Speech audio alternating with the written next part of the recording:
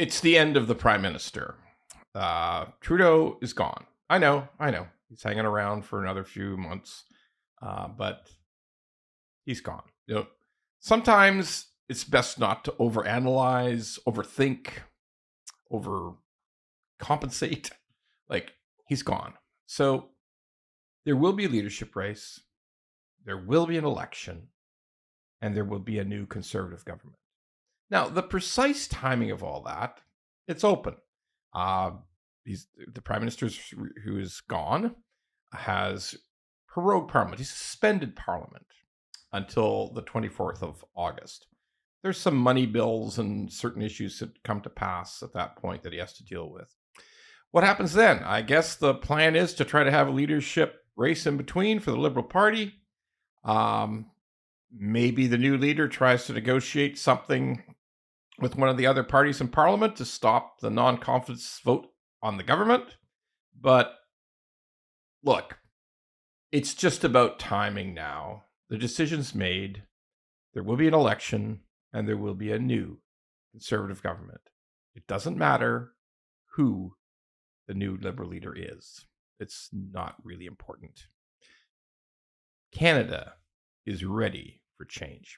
So let's think about what just happened. Let's think about the Prime Minister leaving.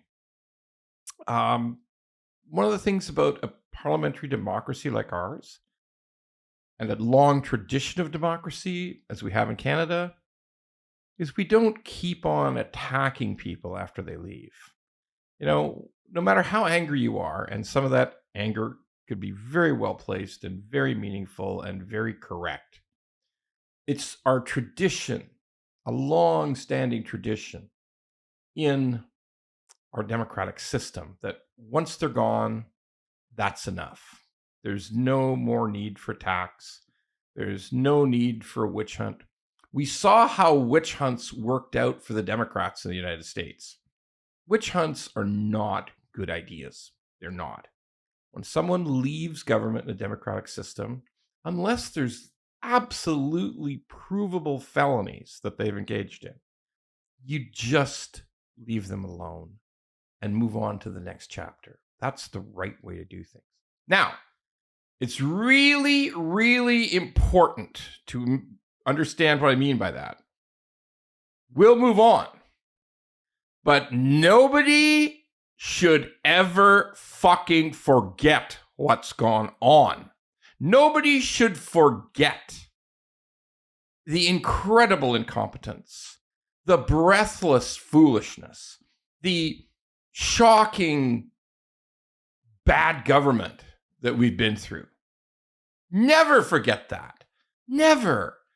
Next time you evaluate any candidate, listen to what they say and decide that they are going to run a competent government, an efficient government, a government that's not driven by foolishness and senseless ideals and religious attachment to climate change that means that every decision you make is goofy about climate. Yeah, remember that. Remember that. The best things about a country is the economy, is the security of the citizens. It's about their way of life. It's not about trying to change a whole planet. It's not. It's about, I hate to say it because it sounds like such a trite cliche, it's about your country first. That's what it's about. And that's what we haven't had for these number of years. Look, people are going to look back on the Prime Minister's work over nearly 10 years and say, there's some good things. There's weed. Weed's legal. That's great, by the way. Weed should have been legal for a long time. Oh, there's childcare. That's also great.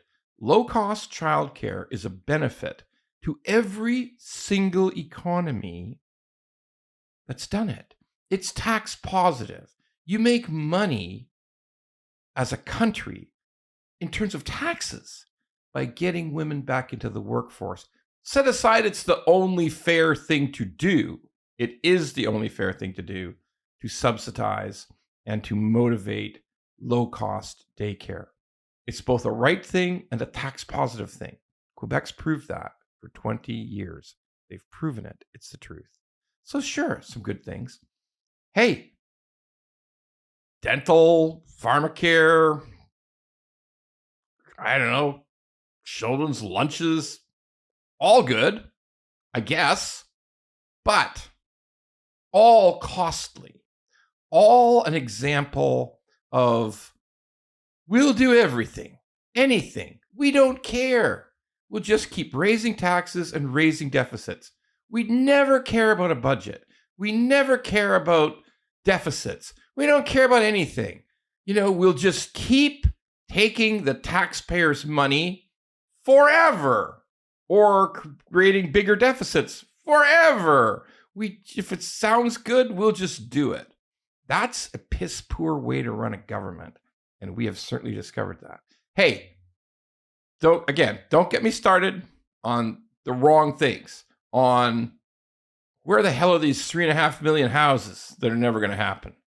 Could you just please have stopped lying about that sooner? Please, Jesus, you should have, okay?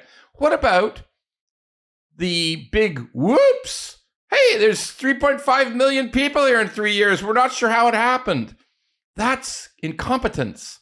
And that's what we have to stop. We need competent, intelligent, efficient government that runs on a budget. And that's what we haven't had for the last number of years. So, the Prime Minister's gone. There will be a new one soon. There will be a whole new government soon. There will be a different party soon. And that's what this country needs.